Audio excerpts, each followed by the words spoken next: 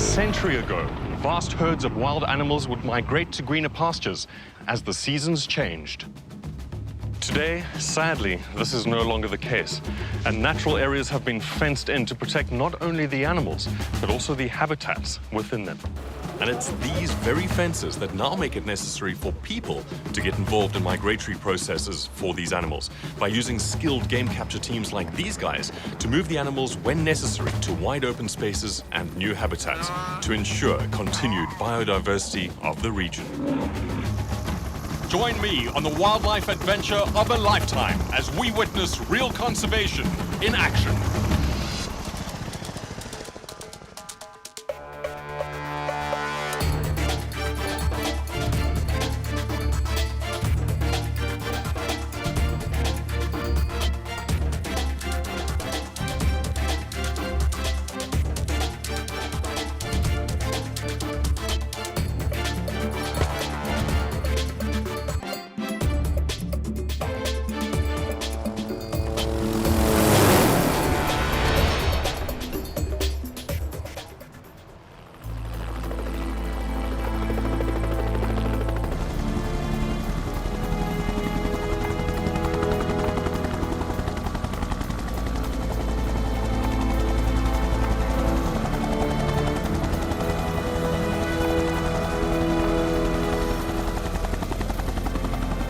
Welcome to the first natural World Heritage Site in South Africa. This is the iSimangaliso Wetland Park. It's the third largest park in the country and covers over 350,000 hectares with an array of habitats from coastal forests to swamps and lakes, open savanna, and even a marine environment. Now, with this diversity of ecosystems, it leads to an astonishing variety of wildlife. This park boasts more animal species than the Kruger National Park, or even the Okavango Delta.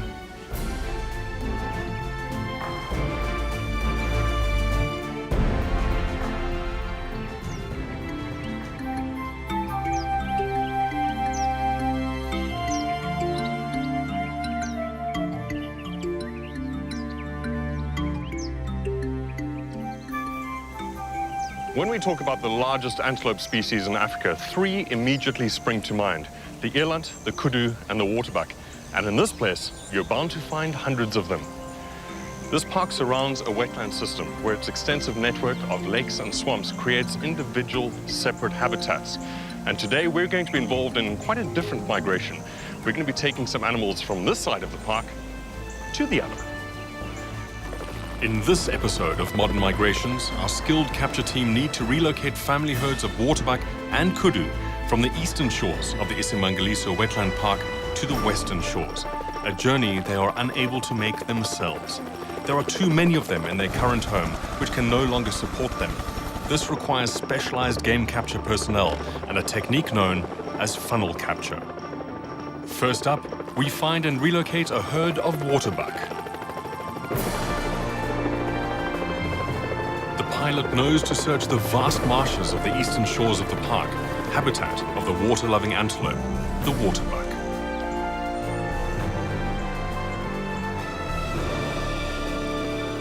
Identifiable by their white rings on their rears and their love for marshy areas.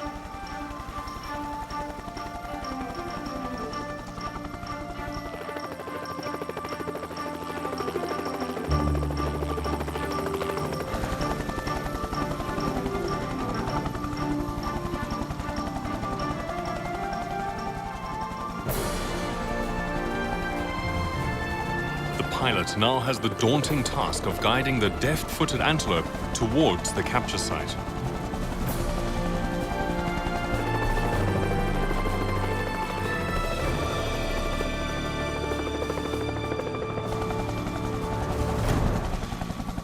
The waterbuck is one of the largest antelope, and for that reason, we've got these high curtains. Now, they're not necessarily as high as a giraffe would need, but they're pretty high anyway. One of the reasons is within this wind, they're going to be bulging out quite a lot, and it's really important that they stay low to the ground. If these animals see a gap underneath, believe me, they'll take it. This should do the trick, though. In a few minutes, this is going to be the last place we're going to want to be, so I think it's time we took a little walk out.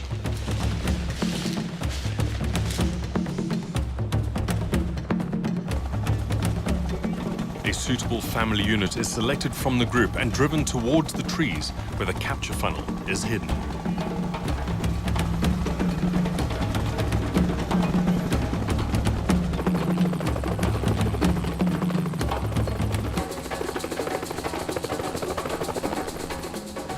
Okay, the helicopter's getting nearer. Now with these animals, I can't stay over here because if they see me, they're gonna panic.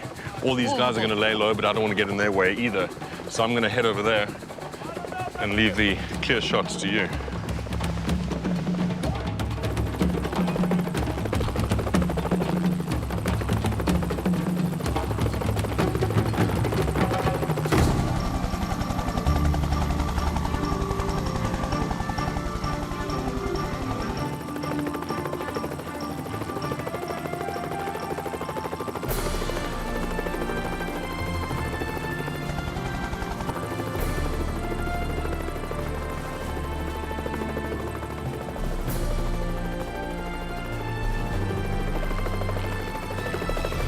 The family instinctively run for the thickets, seeking cover where an expertly placed funnel is waiting to receive them. The ground crew draws the curtains one by one, ensuring that the animals don't escape. The first batch is secured, and the lookout signals for the curtains to be urgently opened again. The second batch is on its way.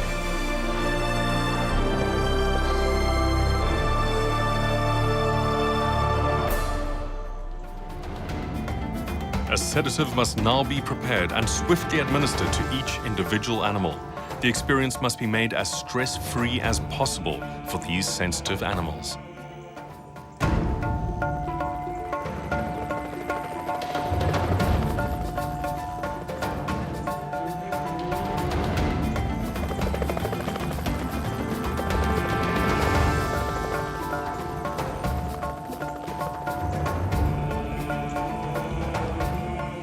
Well, the helicopter's powered down. The pilot's helping himself to a cup of coffee because with this wind blowing, there's not going to be much more capture happening today. And that's one of the unfortunate variables of game capture. Not only have you got to have the right animals in a fairly accessible area, but the wind plays a huge part. It has to be blowing in the right direction, otherwise it scares the animals away. But once it gets to this kind of intensity, it pretty much brings things to a halt. We need the helicopter in this terrain to herd the animals. And if the pilot makes the call that it's not safe to fly, then we all respect that, and it's capture over for the day.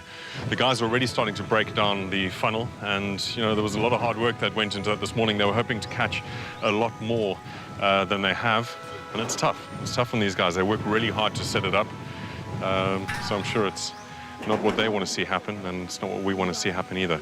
But the good thing is that the animals that we have caught, they've been sedated, they're a lot calmer now, and ultimately that's the most important thing. We have some of them, they are calm, they're going to be relocated, so small victories. Coming up, a short journey transports the Waterbuck to their new home.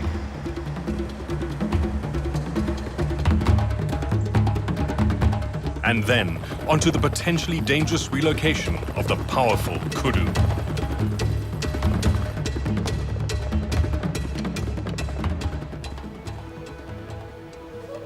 Dusk on the western shores of the iSimangaliso Wetland Park sees the arrival of the family herd of Waterbuck. A release site has carefully been selected, and all that remains is to open the doors.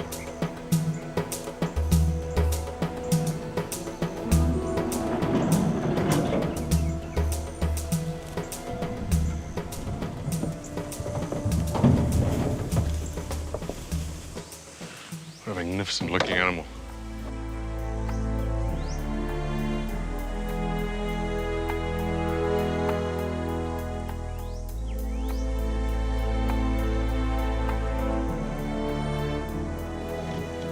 So beautiful. Well, I've kept the males separate when they're in transit, just to stop them from ramming heads. For some reason, when these animals are in confinement, they just attack each other.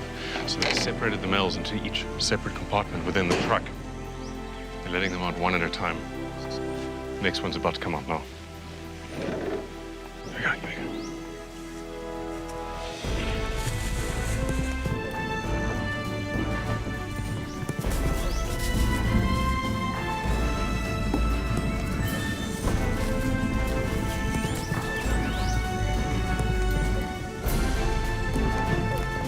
And that's it. A couple of side steps to freedom.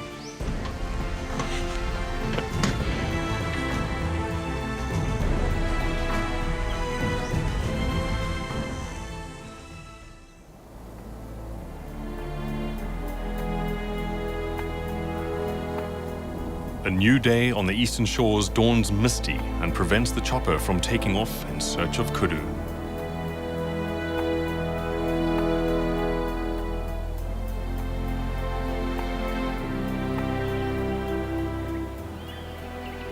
A low cloud bank conceals them in the dense thickets. Kudu are amongst the largest of the sub-Saharan antelope and prefer dense vegetation, being selective browsers. They are known for their superb hearing and their ability to camouflage themselves incredibly well.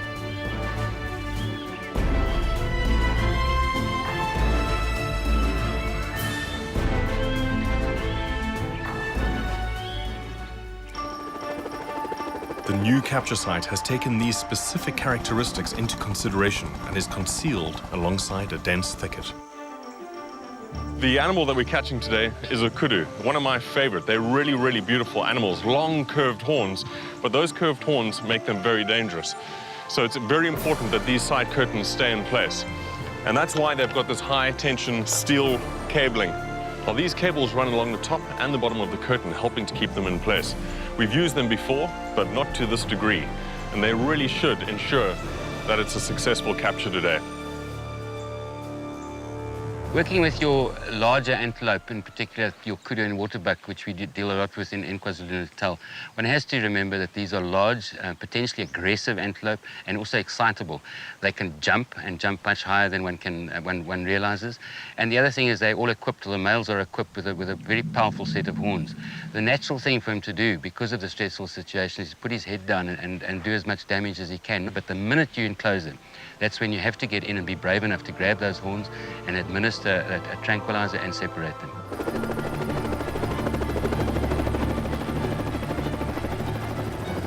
By mid-morning, the mist has cleared and the search is on for the family of Kudu.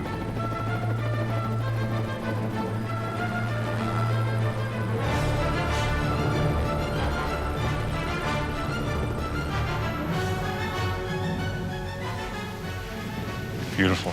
The kudu belong to a family known for their curved horns. The males have the horns, and they can sometimes grow to a really spectacular length. I think they're one of the most impressive of the antelope species. Now, they live in the thickets, sometimes fairly dense thickets, and they browse off the twigs and the leaves that they find there. Really are beautiful.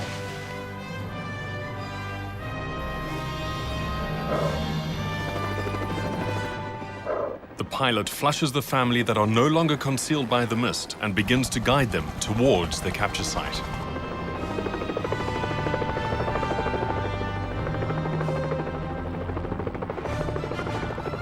The outside curtain is drawn.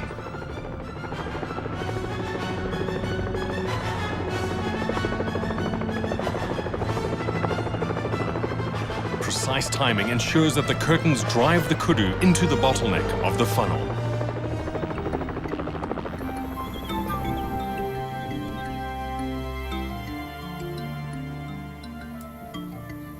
Although some animals have been captured and must be sedated, it is a disappointing outcome as only a small number were successfully driven into the capture site. Well, game capture isn't an exact science. You have so many variables at play that you plan for, and then you get thrown curveballs. Unfortunately, the pilot has just called and said that the animals are too far away from the site. Yesterday, they were in this area, but they move vast distances, sometimes overnight, and that's exactly what's happened. They've caught the animals that are here. To drive them from where they are now, to get them here, would just exhaust the animals, and that's the last thing that we want. So the pilots had to make the call. It's an unpopular one, but it's necessary. The ground crew are now breaking down the site. They're gonna have to pack it all up, and we're gonna head off in that direction to reset it. Hopefully, we'll be able to do it in time to catch some more game today.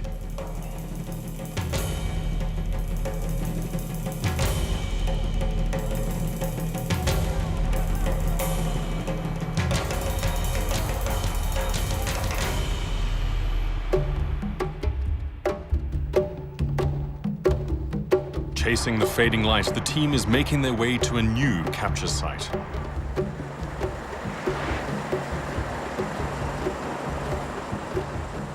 Just less than 17 kilometers due south, the team begins the setup of yet another site.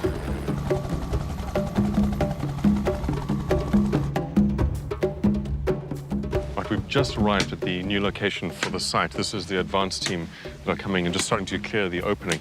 This will be the narrow end of the funnel, and then they're going to run lines out in a big V heading away from us.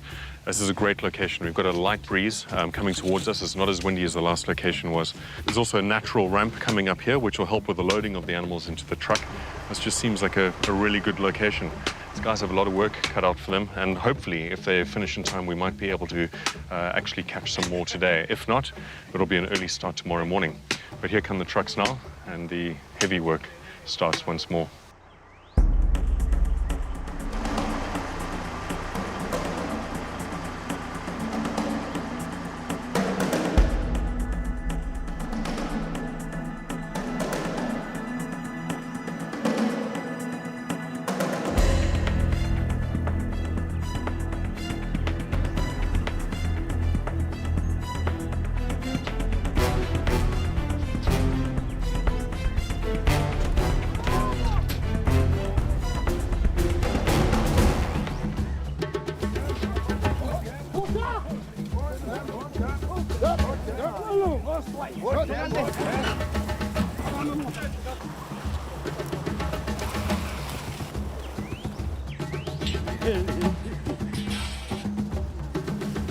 In record time, the funnel is up.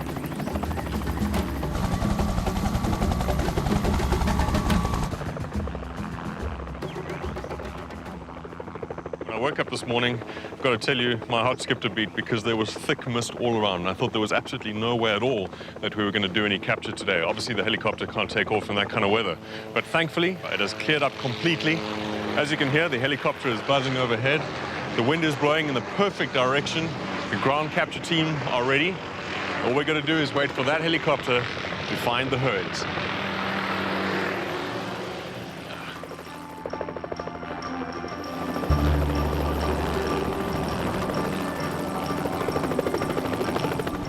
The pilot finds a group of kudu close by.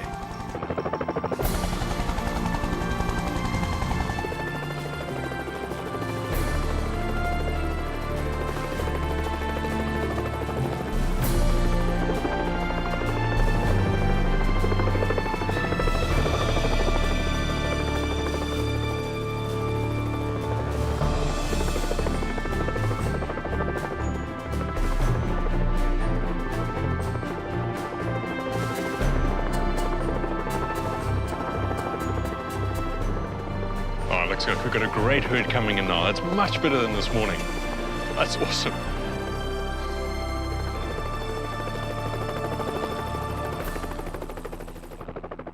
Before they know it, they are in the perfectly concealed funnel. But a lapse in concentration and the curtain is not drawn fast enough. There's a small one that seems to have been separated from the others. It's quite a bit younger. But the guys are trying to chase it back in. They're opening the curtain. Oh, there it goes. Okay, they've got the whole herd together. I was a little worried about that last one, but they do try really hard to keep an entire family together. And they got the little one to rejoin its mother, so that's great.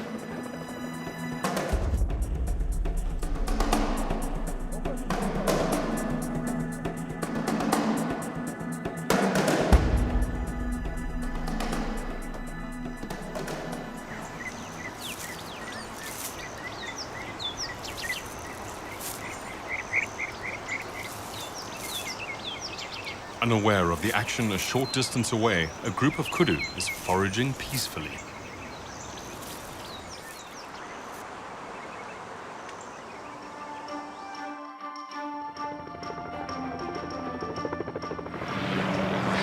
Well, that caught us a little bit by surprise.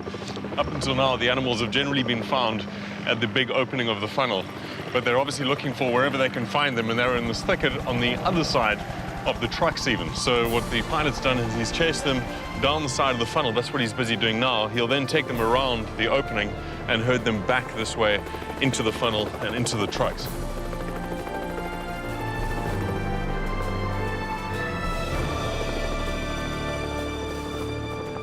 Looks like he's getting it. Already heading back this way. Stay low. Few pilots are able to execute the maneuvering required to drive these animals under these high-pressure conditions.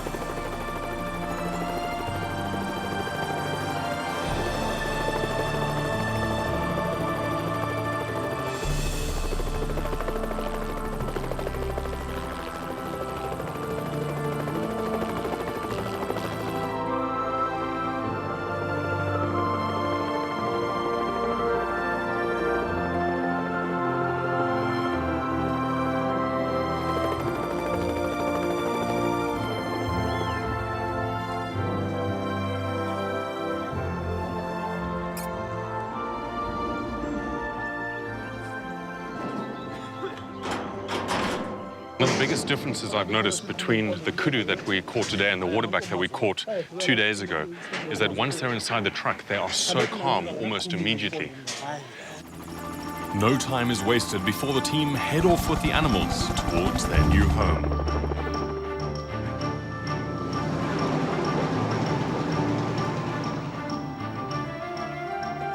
The Western Shores offers the kudu ample food and space.